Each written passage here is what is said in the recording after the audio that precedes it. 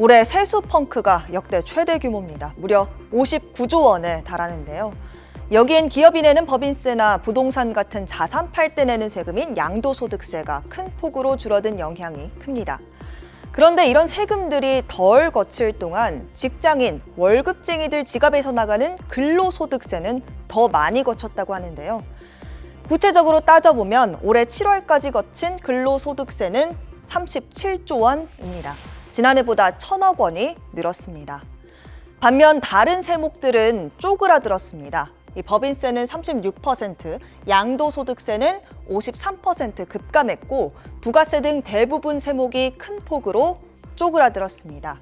근로소득세 규모만 나홀로 커진 겁니다. 7월 한 달만 따져봐도 근로소득세 규모가 지난해에 비교해 2천억 원이나 늘었습니다. 만약 이런 추세가 이어지면 올해 말 근로소득세는 지난해보다 1조 원 이상 증가할 거란 전망도 나옵니다. 이런 현상에 정부가 대기업과 자산가의 세금은 깎아주는 반면 직장인에 대한 조세 부담은 과하게 지운다는 지적도 나옵니다. 작년에 법인세를 감세하고 근로소득세도 일부 과표 구간 조정하고 그래서 근로소득세도 감세 효과가 있을 거다 그랬는데 사실은 이제 전혀 없었던 거잖아요. 우리나라 경제가 커지면서 필요한 세수는 개인들한테 부담시키고 거기서 발생하는 경제적인 이익은 법인이 다 가져갔다 이렇게 볼 수 있는 거죠. 근로자에 대해서는 빠른 속도로 무겁게 증세를 해온 반면에 법인에는 너무 많은 거를 감세를 해주겠다. 이 추세를 좀 바꿀 필요가 있다.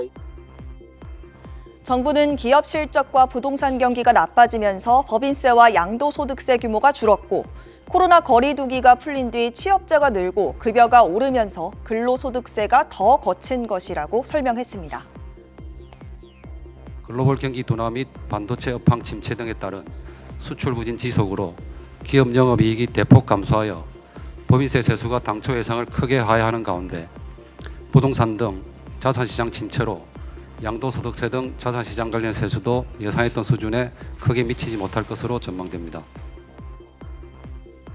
직장인들은 불만일 수밖에 없습니다. 고물가로 똑같이 어려운 상황에서 직장인의 유리 지갑만 턴다며 상대적 박탈감을 느끼기도 하는데요. 여기에다 물가가 크게 뛰어서 오히려 직장인 월급 봉투는 얇아지고 지갑도 쪼그라들고 있습니다. 실제로 올해 상반기 실질 임금이 지난해보다 1.5% 감소했습니다. 통장에 찍히는 1인당 한 달 평균 임금 자체는 지난해 같은 기간 대비 2.4% 증가하긴 했지만 물가 상승률을 반영해서 계산한 실질 임금이 평균 5만 5천 원 정도 줄어든 겁니다. 여기에다 세금, 보험료 등 고정적으로 지출해야 하는 비소비 지출은 지난해 같은 분기보다 8.3% 증가했습니다. 이렇다 보니 전체 소득에서 이런 비소비 지출을 빼고 실제로 가구가 자유롭게 사용할 수 있는 가처분 소득도 지난해 대비 2.8% 줄면서 2006년 이후 최대 감소폭을 보였습니다.